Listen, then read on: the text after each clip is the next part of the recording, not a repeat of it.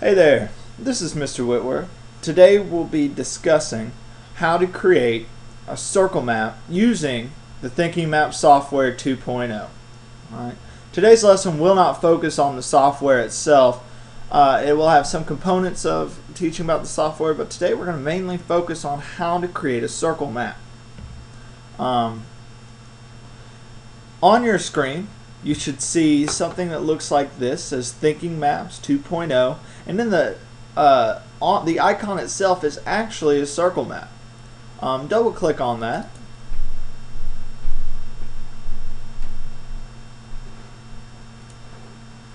Go to File, New Map, and today we're going to focus on the circle map. Circle map comes first. That's no coincidence. They have this as the first map because it's the brainstorming map. It's used at the beginning of a lesson. Today we're going to make a circle map actually about circle maps. So what we're going to do is put in what we're going to use is circle maps as what we're going to define.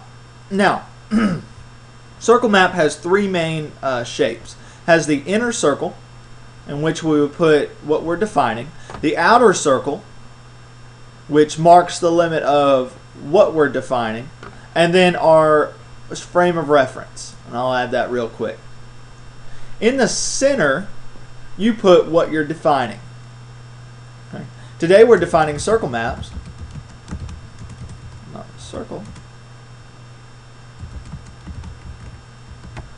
So I'm going to put that in the center. I like to boost up the font a little bit every single time. It makes it easier to see.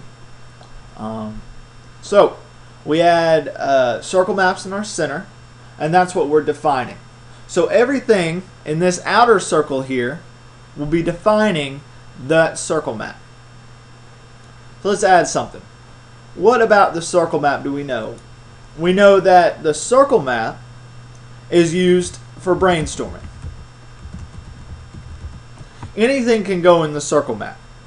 Anything can go, unlike the other thinking maps, such as the tree map, double bubble, brace map. They have specific rules about what can be used and how it should be used because it's a very specific map.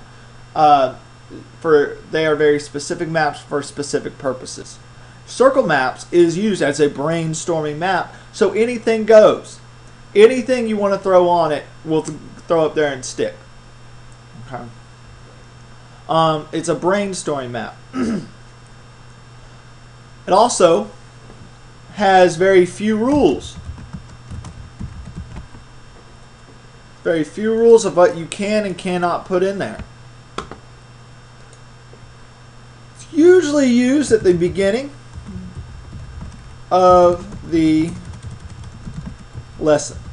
Now, if you're using a circle map at the end of the lesson, you probably screwed up going through your standard. I have not come across really any standards that just ask for students to know something. They're usually asking them to compare, synthesize, create, evaluate, analyze, much the higher levels of Bloom's taxonomy. Very rarely do they want students to just know or define something.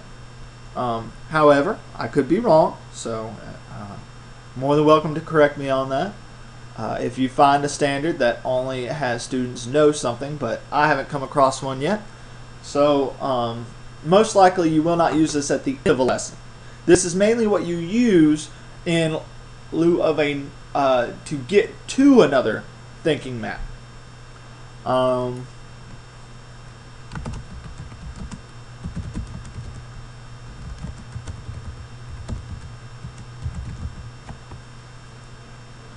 Mainly used to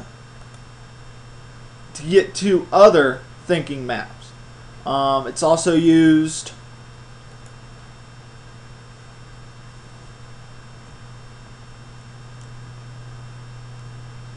a lot with the bubble map.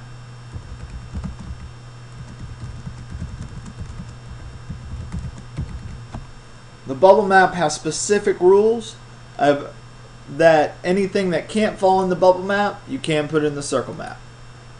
Now, as far as the corresponding, none of these have to really correspond with each other. It doesn't matter where you put it in this center circle, just as long as it's in the center circle. As far as letting the students draw the circles, mainly, unless they're using the software, we want them to freehand it. We don't want them to pass out templates or rings to draw the circles. We would much rather them draw them themselves. It doesn't have to look perfect. Thinking maps aren't made to look perfect. They're made to look student created. Now, this rectangle here, that's our frame of reference. The frame of reference tells us where we got the information, why the information is important, and our perspective on the information. So let's add to it. We got the information from Thinking Maps Training.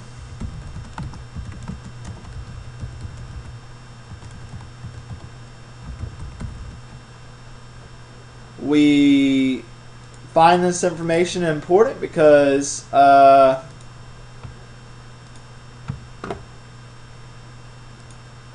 makes us better teachers.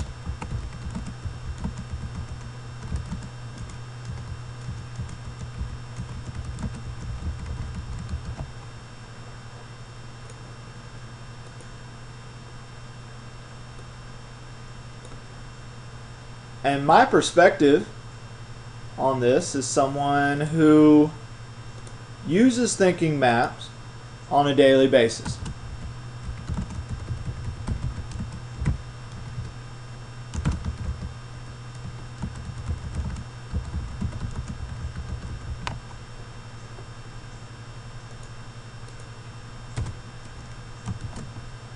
So,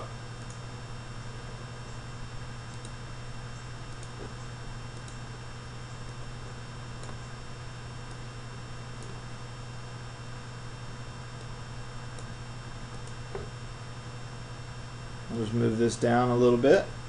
So, we have our basic circle map here. We have our inner circle, which has what we're defining, our outer circle, with all the information that is defining it, and then our frame of reference that tells us where we got the information, why the information is important, and our perspective on the information. If you have any questions, just call my extension. I'm more than willing to help you. You can shoot me an email. You can also post a question on the website itself underneath in the comments. All right? Thank you very much.